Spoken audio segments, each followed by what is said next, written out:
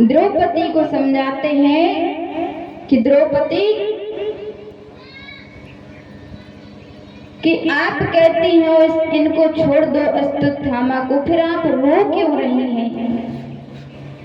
तो द्रौपदी ने कितना सुंदर जवाब दिया। तो द्रौपदी जी कहती है कि प्रभु हे केशव, मुझे इसका दुख नहीं है कि मेरे पुत्र मारे गए हैं, मुझे तो दुख केवल इस बात का है कि मेरे पुत्रों ने अंतिम समय में आपका नाम नहीं ले पाया।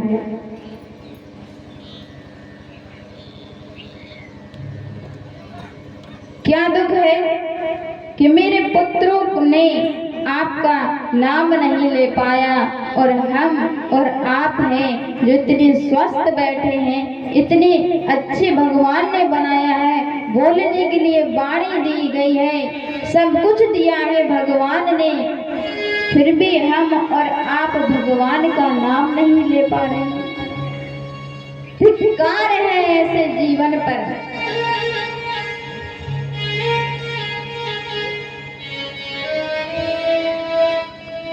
कि भगवान ने जो शरीर दिया, भगवान ने धन दी, दौलत दी, घर दिया, परिवार दिया, और इस संसार में आकर हम उसी को भूल गए।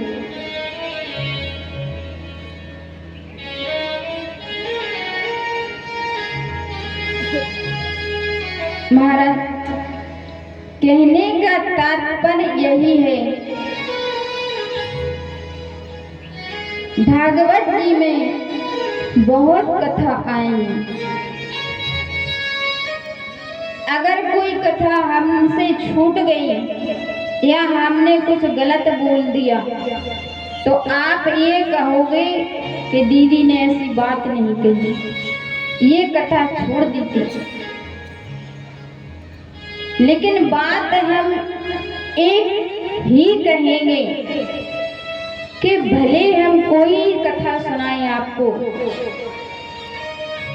कुछ भी सुनाएं, लेकिन उस कथा का सार केवल यही निकल कर आएगा कि भगवान का भजन करो।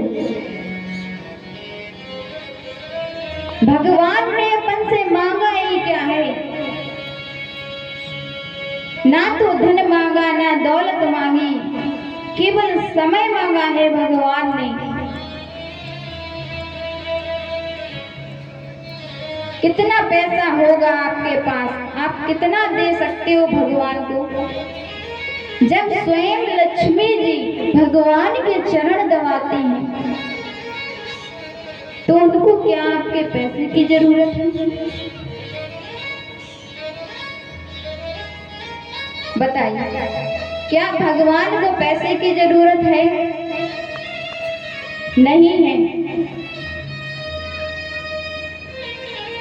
और आप बुद्धि की बात करो,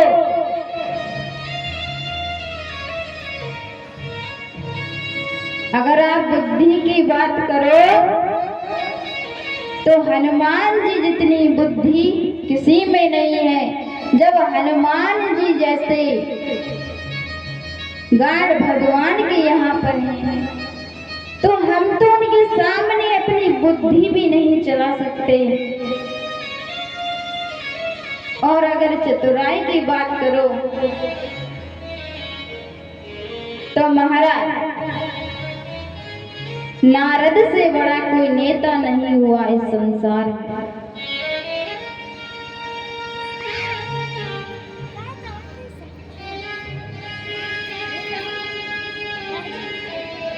कहाँ तक जाएंगे?